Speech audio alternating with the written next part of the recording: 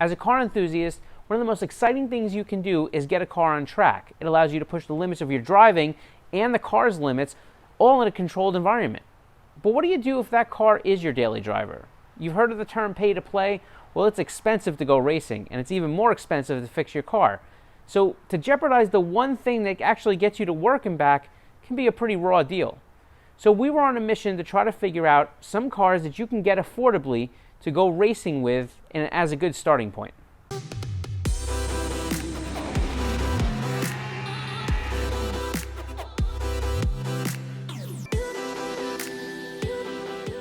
Being car enthusiasts, it's not uncommon for us to have a bunch of hypothetical car conversations. However, one of those conversations that we were actually having turned into a podcast, and now it's turned into a mission. We set out on a mission to find 5 cars for under $5K that you can get and take to the racetrack. We decided to bring some of our friends in on this conversation to see what they thought.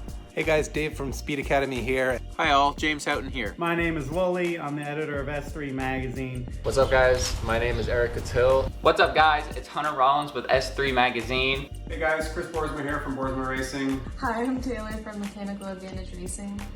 This is Grant Walker from Mechanical Advantage Racing. Kendall Samuel and Nick Mitchell for the 5 cars under $5,000 challenge. And I am taking on the 5 cars for under $5,000 challenge. And we're not talking drift cars, we're talking track cars, grip cars.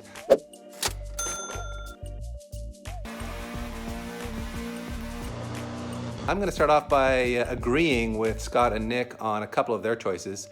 I think really they're 2 pretty obvious go-tos, and that is the Nissan 350Z and 350Z, as we say in Canada, and of course the Mazda Miata. My first pick for under $5,000 would definitely be a Miata. 350Z. No, you go next. 350Z. Why? They're number 1. Miata. Miata is always the answer. The only thing with the Miata it sucks is like one of your main things early on is you're gonna have to do a roll bar to make it legal for most track days. But I think that it's another car that's quick, agile, great to learn on. And I mean, these things are freaking everywhere at the track. It's probably the most raced car on any given weekend. Not super powerful, which is, another good thing to, a good tool to have is a car that doesn't make tremendous power. The Miata, really any of the Miatas, but for $5,000, you're pretty much stuck with the NA or NB. You might could get a higher mileage NC for under $5,000, but you're pretty much stuck with the NA or the NB. The aftermarket is huge, the community is huge, the on-site community at the racetrack is huge. The Miata will never die. I think that it's another car that's quick, agile, great to learn on. I have a long history with Miatas. I've raced an NC Miata at the 25 Hours of Thunder Hill, and we of course have an NB Miata that we built as our YouTube track challenge car, and a ton of fun. They're really hard to beat as a teaching tool, as a car that you can go to the track in and really learn about what it takes to maintain momentum, what it takes to carry speed through the corner. I know you guys, including Nick and Scott, like to talk about how the Miata has 50-50 weight distribution, but first of all, 50-50 weight distribution is freaking awesome. That doesn't matter. What matters is the polar moment of inertia, where that weight is located. If it's got 50-50 weight distribution, but all the weight's over the nose and like behind the rear axle, the car's not gonna handle very well. You want centralized weight, and you want as little weight as you can get, and the Miata does both of those things exceptionally well. So it's really more about its polar moment and about how light it is and how nimble it is, and it's got those classic characteristics of Mazdas from that era, where it's really fast steering, really light steering, and it just feels alive underneath you. I think it's the most raced car in America. I got my 350Z for $10,000, but I know there's definitely some out there for a lot cheaper.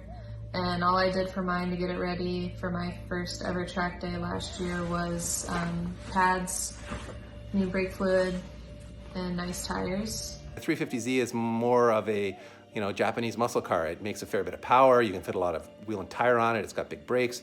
It's a little on the heavy side. Really, it's got all the ingredients of a great track car. It's well balanced. Some people say the 350Zs are the new 240s. You can use them for drifting, you can use them for grip driving. They're just all around good cars. The VQ engine, the V6, has been proven reliable. Other than some oil burning issues here and there that I've been reported that some people have had. But for the most part, you can maintain them really easily.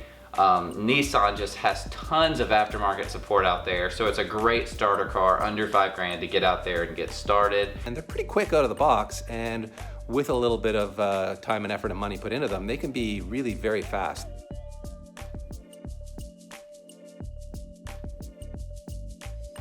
So as you can tell in my garage, I'm going to be a little biased here because I'm a Honda kid. So number one on my list is one of these two, Honda Civic or the Acura Integra.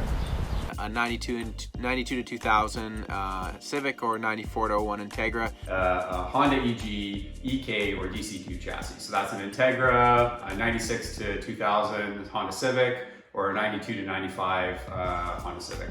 Or CRX, anything from 88 to probably 96, whatever, EGs, EFs. They're all fantastic track cars, and there's obviously massive aftermarket for them. You can swap a bunch of different motors in them. They're forgiving, they're pretty bulletproof. Double wishbone suspension from the factory, which is amazing. Civic is probably the next go-to. I mean, This is true. there's Your parts galore. It's good. It's cheap. The front wheel drive, they're pretty easy to handle. The reason I lump these cars into one is because they're essentially the same thing. The only difference is the body. Underneath, same thing. Same chassis, same suspension, same wheelbase. All the parts are virtually identical. You can swap parts between these two. They're the same thing. You can do a K-swap in them and make a ton of horsepower for not that much money. You can't go wrong with a Honda.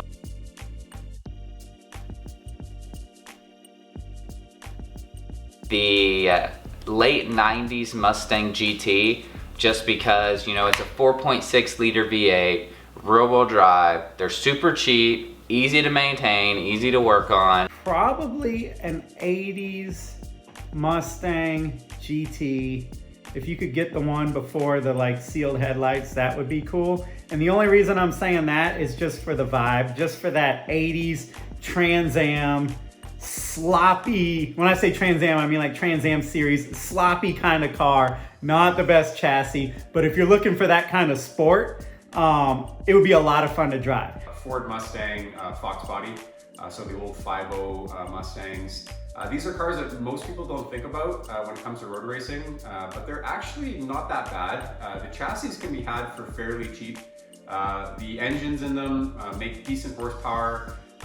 Their chassis are known for being pretty flexible, but there's a lot of aftermarket components that you can buy to really kind of help tighten everything up and make them pretty confident on the track. I think it'd be a lot of fun to track a V8 that's maybe not just overpowered, you know what I mean? But you still get that V8 feel without just tearing up consumables like tires and without going too stinking fast. If you're on a track like Road Atlanta, you're absolutely cooking down the back straight in some of these newer V8s, and it's too fast for the experience level in a lot of cases. I think the 80s Mustang would be a lot of fun. It'd be a fun package, and again, I'm going with aftermarket support that'll never die and a community that can help you with any problems.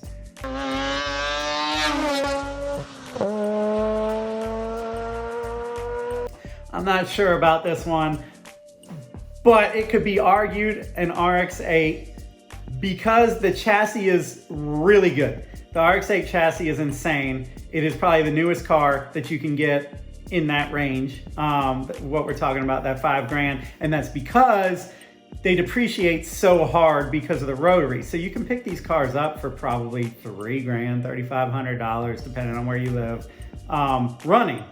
And you're just rolling the dice on that, you know, like you're just saying, all right, I'm just gonna gamble that this rotary is gonna be good to me. I'm gonna be one of the lucky ones.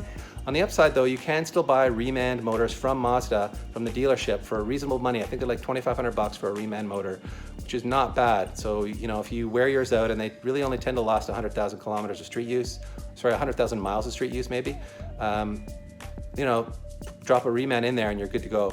I certainly tried over 100, maybe over 200 different cars on racetracks in my life, and of all those cars, the RX8 to me is the most fun in the corners. And really, when you're going grip driving, you're going to the racetrack, it is about cornering speed, isn't it? It's about how fast can I get in and out of a corner. That's really the fun part of it. That's the challenge of it. My cornering speeds in my own RX8 were way higher than they were in some big dollar sports cars like Porsche 911s and Corvettes and all kinds of stuff.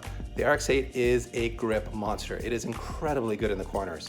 And I mean, the motor is really special in other ways. It revs to 9K, it sounds amazing if you uncork it a bit, and it feels really different than a piston engine. It has this really smooth power delivery. You get no vibrations from it. So it really does feel special. It feels almost exotic when you drive one of them. The stock brakes that I had on my sport model were bulletproof. I didn't need to upgrade the calipers or the rotors or anything, just put a good pad in there and good fluid in there. The car was unbreakable at the racetrack that way. So I think the RX8, given how cheap they are and how fast they are in the corners and how much fun they are to drive, going back to my whole like polar inertia thing and the positioning of the weight, the rotary engine sits really far back and low in the engine. It's almost, it technically is a mid-engine car. It's just mid-engine with the engine in front of the driver instead of behind it. So the engine sits behind the front axle. And as a result of that, its weight is really well centralized and it makes that car feel very special at the limit. It feels so trustworthy, so well balanced. You can just have a ton of fun driving that car on the limit. And man, put some sticky tires on it and you're gonna go way faster than a lot of guys that have twice the horsepower that you do. So give those cars a serious thought. I think they're due for a revival. You know, they've just, you know, they're in the basement as far as value goes right now, but I think they're gonna, maybe clean ones are gonna start to appreciate because they are special cars and they are really special to drive.